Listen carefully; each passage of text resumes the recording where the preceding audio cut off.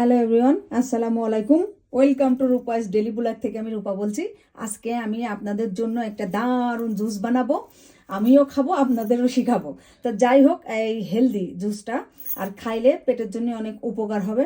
যেহেতু আপনারা সবাই জানেন যে ইয়াউট জিনিসটা খাইলে খুব ভালো, এবং সাথে আমার পুদিনার পাতা যাবে। তো পুদিনার পাতা আপনারা জানেন খুবই উপকারী, যেভাবেই খান না কেন।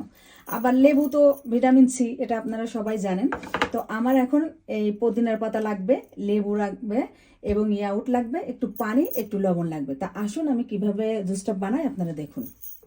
প্রথমে আমি পাতাগুলো দিব ব্লেন্ডারে।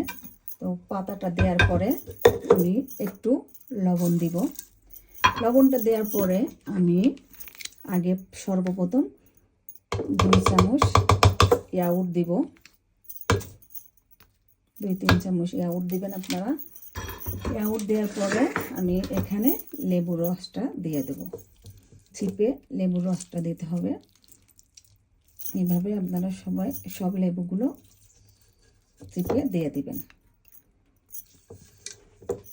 দেওয়ার পরে আমার সব লেবু চিপে রসটা দিয়েছে। এখন আমি অল্প একটু আগে প্রথমে অল্প পানি দেব, কারণ পাতাটা খুব সুন্দর করে মিহি করে নিতে হবে, মানে আদা রসুনের পেস্ট যেমন হয় ওরকম।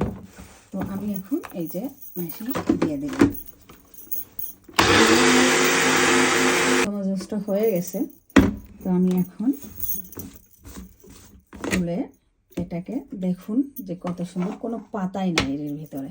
এখন জগে ঢেললে আপনারা বুঝতে পারবেন। তো আমি এখন আপনাদেরকে পরিবেশন করে দেখাবো।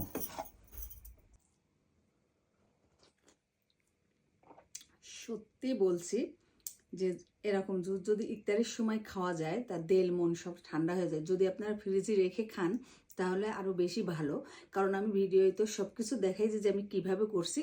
এতে তো মানে মনে করেন ভিটামিন ছাড়া আর কিছুই নেই, শরীরের জন্য অনেক উপকার। তো আমার ভিডিওটা যদি আপনাদের ভালো লাগে তো লাইক কমেন্ট করে আমার পাশে থাকবেন। তো আমিও আপনাদের পাশে থাকবো, আমার জন্য দোয়া করবেন সবাই, আমিও সবার জন্য দোয়া করি। তো আজকের মতো আমি বিদায় নিব। আসসালামু আলাইকুম, সবাই ভালো থাকবেন।